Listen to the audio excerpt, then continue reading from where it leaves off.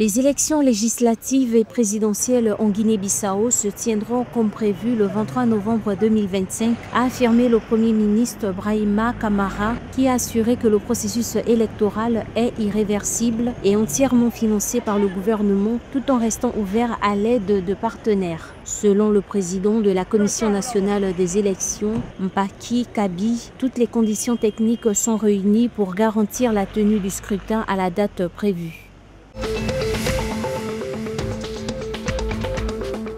Le président ivoirien Alassane Ouattara a appelé le 11 août 2025 à Abidjan à la reprise du dialogue entre la CEDEAO et l'Alliance des États du Sahel AES, estimant que cela serait bénéfique pour les peuples de la région. Cette initiative intervient dans un contexte de tensions persistantes entre les deux blocs et soulève des interrogations sur les motivations réelles du président, alors que la CEDEAO est de plus en plus critiquée pour son alignement sur des intérêts extérieurs et ses décisions contestées. Face à une opposition ivoirienne active et à un mécontentement populaire croissant, cet appel pourrait marquer un tournant ou une tentative de reconquête de légitimité.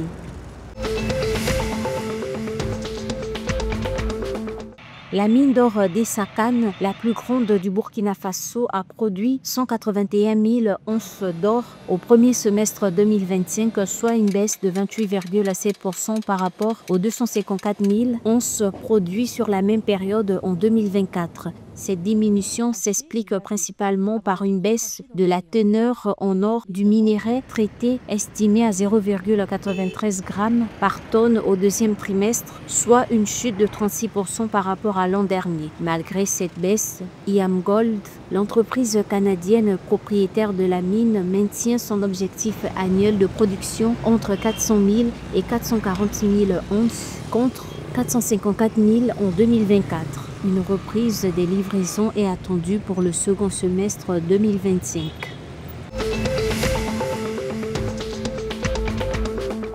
Le président de la transition au Mali, le général Assimi Goïta, a lancé officiellement le 12 août 2025 à Bamako le plan national de réponse à l'insécurité alimentaire et nutritionnelle édition 2025. Cette initiative s'inscrit dans une stratégie nationale visant à faire de la sécurité alimentaire une priorité pour la stabilité du pays. Lors de la cérémonie, une enveloppe de 12,74 milliards de francs CFA a été débloquée pour soutenir les populations vulnérables.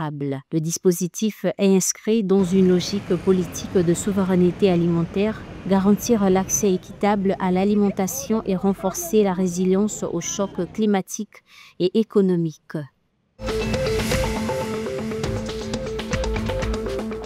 L'équipe ghanéenne de badminton a brillé au championnat du monde junior 2025.